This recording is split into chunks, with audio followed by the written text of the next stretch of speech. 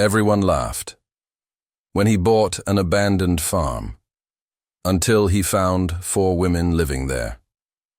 The laughter followed me all the way from the sale barn in Laramie, clear out to the 5 miles of cracked asphalt that led to the old Blackwell place. It was a low, rumbling kind of chuckle, the sort men use when they think another man's lost his senses, but is too stubborn to be told so. At 52, I figured I'd earned the right to my own brand of foolishness. I'd run the Murphy cattle operation since my father's heart gave out 20 years ago, and his father before him. We were a family etched into the Wyoming landscape, our story told in fence lines and herd genetics. Buying a derelict farmstead that had been surrendering to sagebrush and sorrow for half a century wasn't in the playbook. "Jed, what in the hell are you going to do with that pile of rot?" My neighbor, Old Man Hemlock, had asked, spitting a stream of tobacco juice that sizzled on the dusty ground. "The ghosts of the Depression will eat you alive out there." I just shrugged, giving my Australian shepherd, Scout, a scratch behind his mismatched ears. One pricked and alert. The other flopped over in a state of permanent relaxation. "Land's land, Bill. They ain't making any more of it." That first day, standing before the property, I understood their disbelief. The farmhouse sagged like an old man's shoulders, its porch grinning a toothless wreck. The barn had shed most of its roof, its skeletal timbers clawing at the vast, indifferent sky. A busted windmill stood sentinel, its blades frozen in a silent scream against the ceaseless Wyoming wind. It was a place where hope had come to die, and the wind had been picking at its bones ever since. But as I looked past the decay, I saw the bones of the land itself, 160 acres of decent pasture that rolled down to a cottonwood-lined creek. It had good water, something you didn't scoff at in Laramie County, and it backed right up to the far edge of my own grazing land. It made sense, in a way only a man who thinks in sections and acres can understand. Scout, however, wasn't looking at the pasture. His attention was elsewhere. While I was assessing fence lines and the sorry state of the corrals, he had trotted off, his blue merle coat a flicker of gray and black against the muted greens and browns of the high plains. He disappeared into a thicket of overgrown plum and apple trees that must have once been a proud orchard. I called his name, expecting the familiar jingle of his collar tags, but got nothing. A knot of unease tightened in my gut. Scout was never out of earshot. He was more my shadow than my dog. I pushed through a tangle of wild rose bushes, thorns snagging at my jeans. The air in the orchard was still and thick, heavy with the scent of rotting apples and damp earth. I found him beneath the sprawling branches of a monster cottonwood, its bark scarred and furrowed like an old map. He wasn't chasing a rabbit or sniffing out a badger hole. He was digging. Not the playful, scattershot digging of a bored dog, but a frantic, obsessive excavation, his powerful front paws sending clumps of dark soil flying. A low, guttural whimper escaped his throat, a sound I'd only ever heard him make when one of my heifers was in distress during a difficult calving. "Scout! Hey, what is it, boy?" I called, my voice sharp. He stopped, panting, and looked back at me. His eyes, one a startling ice blue, the other a deep, intelligent brown, wide with an urgency I couldn't decipher. He barked once, a sharp command, then lowered his head and nudged the hole he'd started. He looked back at me, then at the hole again. The message was clear. "Look here." I knelt, the damp ground soaking through the knee of my wranglers. The soil was rich and dark, different from the clay-heavy earth in the surrounding pastures. I ran my hand over the spot. Nothing, just dirt and roots. "It's nothing, boy, just an old root cellar maybe." But Scout wouldn't have it. He whined again, a high pleading sound that vibrated with a strange kind of grief. He lay down, placing his body over the disturbed earth as if guarding it, his gaze fixed on me. He refused to move. Not for a call, not for a whistle, not even for the crinkle of the jerky wrapper I always kept in my vest pocket. That night, the laughter from town echoed in my head, mingling with the image of Scout's strange vigil. I sat on my porch, watching the stars prick the black velvet of the Wyoming sky, Scout at my feet. He was restless, his tail thumping a worried rhythm against the floorboards. He kept looking toward the dark expanse that separated my ranch from the Blackwell place, as if he could still feel the pull of that spot under the cottonwood. Something was wrong. A dog like Scout, a working dog bred for generations to read the land and the stock, doesn't get spooked by nothing. His instincts were a finely tuned instrument, more reliable than any weather report or market prediction. He could smell a coming blizzard in the stillness of the air and sense a nervous cow long before she ever thought to bolt. And right now, every instinct he had was screaming about that patch of earth in a dead orchard on a forgotten farm. The next morning, I loaded a shovel and a pry bar into the bed of my pickup. I told myself it was just to put the dog's mind at ease, but a deeper curiosity had taken root in me. It was the same feeling I got when tracking a lost calf, a quiet, patient determination to follow the trail, no matter how faint, until you find what you're looking for. When we arrived, Scout shot out of the truck and made a beeline for the cottonwood tree, waiting for me by the hole he'd dug, his tail giving a single, expectant thump. The morning sun slanted through the leaves, dappling the ground in shifting patterns of light and shadow. I drove the shovel into the earth. It sank easily into the soft loam. I dug for 10 minutes, the rhythm of the work calming my thoughts. Then the shovel struck something hard with a dull, hollow thud. Not a rock. Wood. My heart hammered against my ribs. I scraped away the dirt and uncovered a series of heavy, weathered planks. A door. A cellar door, buried and hidden for who knows how long. It was swollen with damp and age, but I found a heavy iron ring set into one of the planks. I hooked the pry bar under the edge and threw my weight into it. The wood groaned in protest, a sound like a dying breath. With a final wrenching crack, the seal broke, and a wave of musty, cold air washed over me, a smell of trapped time, of dust and forgotten things. Scout whined, pressing close to my leg, his body trembling. He peered into the black square I had just revealed, but he wouldn't go near the edge. I clicked on my flashlight, its beam cutting a bright, lonely path into the darkness. A set of steep stone steps led down into the earth. The air was thick with the scent of preserved fruit and something else, something faintly medicinal and dry, like old herbs. I took a deep breath, the kind you take before you step into a cold river, and started down, my boots echoing in the sudden, profound silence. Scout remained at the top, a silent, anxious guardian. The cellar was small, no bigger than a walk-in closet, with fieldstone walls and a packed earth floor.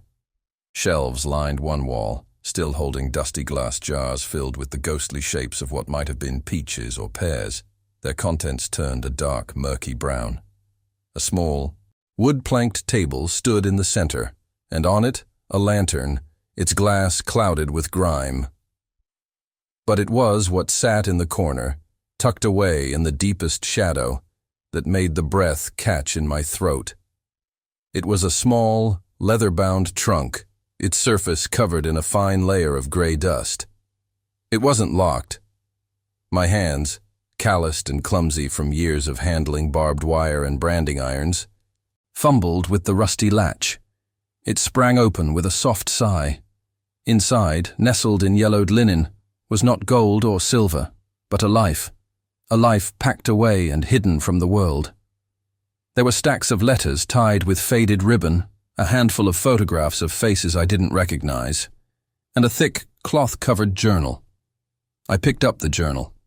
The cover was worn smooth at the edges, and the name Eleanor Blackwell was inscribed on the first page in elegant, looping script.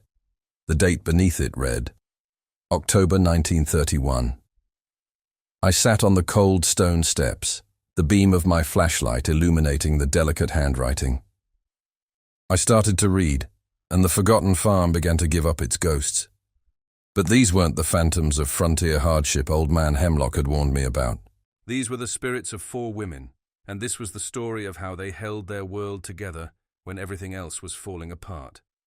The journal entries, penned by Eleanor, painted a world of grit and quiet desperation. Her husband, Thomas Blackwell, had died that fall, leaving her with the farm, 2 young daughters, and a mountain of debt. His 2 brothers had met similar fates in the preceding years, one to influenza, the other in a grain elevator accident. Their widows, Beatrice and Clara, were left with nothing. And then there was Martha, Thomas's unmarried sister, a schoolteacher who had lost her position when the county ran out of money.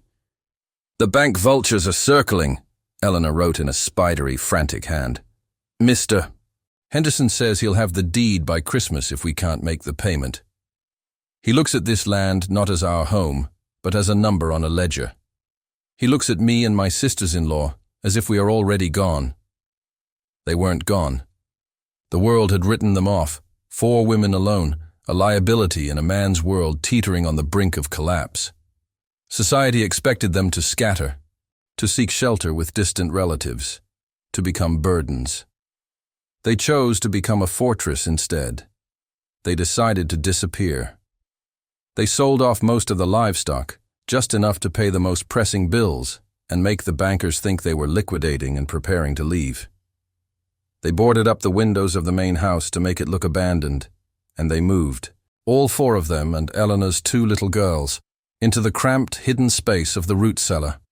They became ghosts on their own land. "We live by the moon," one entry read. "By day we are silent as mice in the walls. The girls have learned a game of stillness I pray they will one day forget. At night we emerge. We tend the garden hidden in the deepest part of the orchard, weed the potato patch, and milk our one remaining cow, Bessie, whose bell we have muffled with rags. Martha teaches the girls their letters by lantern light, her voice a low murmur that cannot carry beyond these stone walls. I looked around the small space, and suddenly it wasn't a cellar anymore.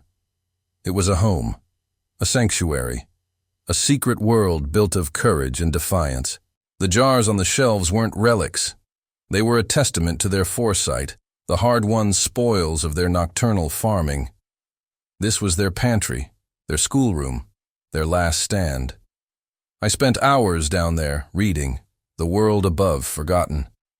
Scout never left his post at the entrance, a silent sentinel standing between their hidden world and the present day. I learned their routines, their fears, their small triumphs. I read about them sneaking into town after dark to trade preserves for flour and salt, about how they used Martha's knowledge of herbs to treat the girls' fevers, about how Beatrice, strong and tireless, would mend the far fences under the cover of a new moon. They were invisible, but they were there, holding on. A particular passage chilled me to the bone. "Clara saw a man on horseback today, near the northern ridge," Eleanor wrote. She recognized the silver conchos on his saddle. It was Sterling. He sat there for a long time, just watching the house, like a coyote waiting for a sheep to wander from the flock. His father has always wanted our creek access. We know he whispers in Henderson's ear at the bank. He is waiting for us to fail. Sterling. The name hit me like a physical blow. Hank Sterling, the wealthiest rancher in the county, owned the sprawling property that bordered the Blackwell place to the north. His grandfather, Harrison Sterling, had been a notorious figure during the Depression, a man who had amassed a fortune buying up failing farms for pennies on the dollar. The story Eleanor told was not just one of survival against nature and poverty, but against the calculated greed of a neighbor. I carefully placed the journal and the letters back in the trunk and carried it up into the daylight. The sun was high in the sky, and the world felt loud and garish after the quiet tomb of the cellar. Scout licked my hand, his body finally relaxed, his duty done. He had led me here. He had known, with an animal certainty that transcended time, that a story of loyalty and fierce protection lay buried in the earth, and he had needed me to unearth it. Back at my own ranch house, I spread the contents of the trunk across my heavy oak dining table. The photographs showed 4 women with faces etched by work and worry, but their eyes held a fire that defied their circumstances. In one, they stood together in front of the old farmhouse, a united front against an unseen enemy, In another, two little girls held hands in the orchard, their smiles a small, bright rebellion. The letters, mostly between Martha and a cousin in Cheyenne, filled in more of the story. They spoke of the shame of their hidden existence, but also of a fierce pride. "They call us widows, burdens," she wrote, "but we are farmers. We are mothers. We are a family. We will not be broken." The full weight of what I'd stumbled upon settled over me. This wasn't just a piece of local history. It was a living, breathing testament, and the name Sterling was the dark thread that ran through it all. It made the whispers and rumors I'd heard my whole life about how the Sterlings got their start suddenly feel sharp and real. My next stop was the Laramie County Courthouse, a stuffy building that smelled of old paper and floor wax. I spent 2 days buried in the archives, poring over dusty plat maps and property deeds from the 1930s. The clerk, a woman named Carol with glasses perched on the end of her nose, eyed me with mild curiosity. "Finding what you're looking for, Jed?" she asked. "Just tracing some history on my new property," I said, keeping my voice casual. And then I found it. A quitclaim deed from 1934, transferring ownership of the Blackwell farm to the Laramie County Bank. The signature on the bottom was a shaky, unfamiliar scrawl for Eleanor Blackwell. I compared it to her elegant script in the journal. It wasn't even close. It was a forgery. 2 weeks later, another document. The bank selling the same property to one Harrison Sterling for a sum so low it was insulting. And with that sale, a new survey was filed. The northern boundary line of the Blackwell place had been adjusted. It had been moved south by 100 yards, ceding the entire length of the creek and the rich bottomland that went with it to the Sterling Ranch. Harrison Sterling hadn't just waited for them to fail. He had orchestrated their demise, stolen their land with a forged signature, and then redrawn the map to cover his tracks.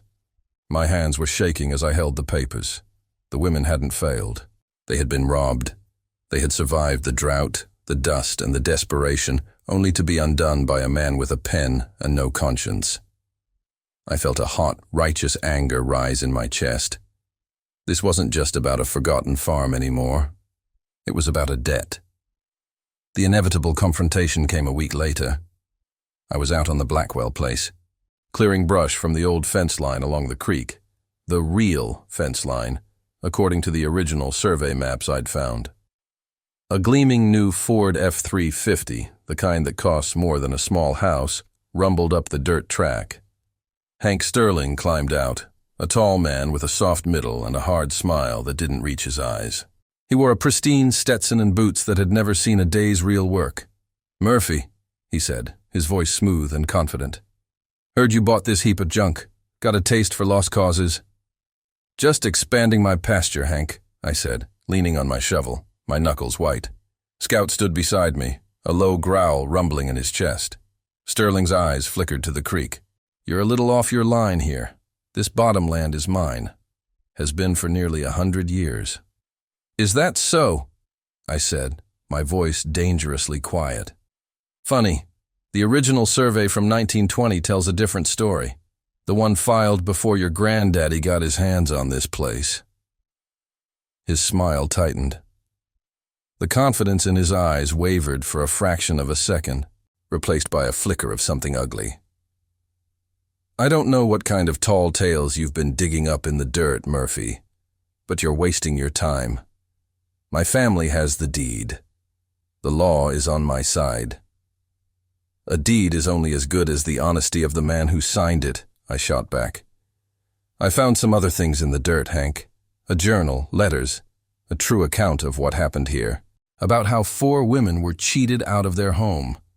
He laughed, a short, sharp bark that held no humor.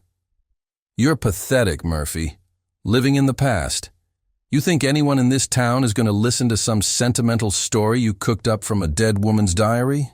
Get off my land before I have the sheriff escort you." He turned and got back in his truck, spitting dust as he peeled away. The threat was clear. He would use his money and his influence to bury the truth, just like his grandfather had. But his grandfather hadn't counted on a stubborn rancher, and he damn sure hadn't counted on a dog with a nose for history. As I worked to bring the old farm back to life over the next few months, I felt the presence of the Blackwell women everywhere. When I repaired the sagging porch, I imagined them sitting there on a cool summer evening, finally able to breathe free. When I pruned the wild limbs of the apple trees, I thought of them harvesting the fruit by moonlight. I wasn't just fixing a property, I was restoring a legacy. I hired a crew to stabilize the barn and put a new roof on the farmhouse, my own money flowing into the land everyone had called worthless. The laughter in town had died down, replaced by a watchful curiosity. The Laramie County Fair was in August, the culminating event of the summer. It was a time for 4-H exhibits, rodeo clowns, and community pride. This year, the Historical Society was hosting a pioneer legacy presentation, a chance for local families to share stories of their ancestors. I knew it was my chance. It was a public stage, a place where Hank Sterling's money and influence would mean less than the power of a good story, well told. When my turn came, I walked up to the microphone on the small wooden stage, the journal in my hand. The crowd was a sea of familiar faces, ranchers, farmers, townspeople. I saw Hank Sterling near the back, standing with a group of other wealthy landowners, a smirk on his face. "Most of you know me," I began, my voice steady. "I'm Jed Murphy, and most of you probably had a good laugh a few months back when I bought the old abandoned Blackwell place." A few polite chuckles rippled through the crowd. "You called it a pile of rot, a ghost farm. You were half right. It is haunted, but not by the kind of spirits you think." I opened the journal. "I'm here today to tell you the story of 4 women, Eleanor, Beatrice, Clara, and Martha Blackwell. And I'm going to let one of them, Eleanor, tell you most of it herself." For the next 20 minutes, a hush fell over the fairgrounds. I read Eleanor's words, her voice echoing across 80 years of silence. I told the story of their secret life in the cellar, of their nocturnal farming, of their unyielding refusal to be broken. I held up the faded photograph of the 4 of them standing together, their faces projected onto a large screen behind me. You could feel the mood in the crowd shift, the casual interest turning into rapt attention, then to a quiet, profound respect. Finally, I looked up from the journal and my eyes found Hank Sterling in the crowd. "These women survived the Dust Bowl," I said, my voice ringing with a conviction I didn't know I had. "They survived poverty and despair. What they couldn't survive was the greed of a powerful neighbor, a man who coveted their water, a man who used a forged signature to steal their land and then had the county maps redrawn to hide his crime." I held up a copy of the forged deed next to a page from Eleanor's journal, the 2 signatures starkly different even from a distance. "The evidence is here, in the county records, for anyone who cares to look. The Sterling fortune was built on a lie, and that lie began with the theft of this land from 4 women who had already lost everything but their dignity." I finished by saying, "I didn't come here today to start a legal battle over a 100-yard strip of creek bottom. I came here to restore a legacy, to give these women their names back, to honor their quiet strength and their incredible courage. The Blackwell farm isn't a worthless pile of junk. It's a monument to the kind of grit and perseverance that built this state. It's a legacy worth fighting for." I stepped back from the microphone. The silence was absolute for a moment, and then a smattering of applause started in the back. It grew, rolling through the crowd until it was a thunderous ovation. Men in dusty boots and cowboy hats were on their feet, their faces grim with a new understanding. Women were wiping tears from their eyes. They weren't just clapping for me. They were clapping for Eleanor, Beatrice, Clara, and Martha. Hank Sterling stood frozen, his face a mask of pale fury. The men who had been standing with him had taken a subtle step away, creating a small circle of isolation around him. He turned without a word and pushed his way through the crowd, the weight of 100 pairs of eyes on his back. He had been beaten, not by lawyers or judges, but by the truth. The days that followed were different. The quiet respect I saw in people's eyes was more valuable than any apology. Old Man Hemlock stopped me at the feed store, his own eyes a little watery. "Jed," he said, clearing his throat. "I'll be damned. You didn't buy a farm. You bought a piece of history. I didn't pursue the legal claim to the creek. That wasn't the point. The truth was out, and in a small community like ours, that was a court of law all its own. The moral boundary line had been redrawn, and that was enough. A few weeks later, as the first hint of autumn painted the cottonwoods gold, I stood in the old orchard with Scout. The farmhouse behind me had a new roof and solid windows. The barn stood straight and proud. I'd commissioned a simple bronze plaque and mounted it on a large piece of local river stone, placing it right at the foot of the ancient cottonwood tree, right over the hidden entrance to the cellar. It read, "In honor of the quiet strength of Naul. Eleanor, Beatrice, Clara, and Martha Blackwell, who held their ground when the world gave way." 1931, 1934. Scout sat beside me, leaning his weight against my leg. I rested my hand on his head, my fingers tracing the familiar contours of his skull. The wind whispered through the cottonwood leaves, and for a moment, it sounded like the soft murmur of women's voices, finally at peace. He had known. From the very first moment, my loyal, intuitive dog had sensed the story buried beneath our feet. A story of love, of loss, and of a fierce, unbreakable bond to the land. He hadn't just found a cellar. He had found the heart of the place. I looked out over the rolling pasture, the late afternoon sun casting long shadows across the earth. This land wasn't just a piece of property to me anymore. It was a trust, a legacy passed down not through blood, but through a shared understanding of what it means to hold on. The laughter had long since faded, replaced by the quiet hum of a place remembered, a story reclaimed. It was home, and we, Scout and I, were its keepers now.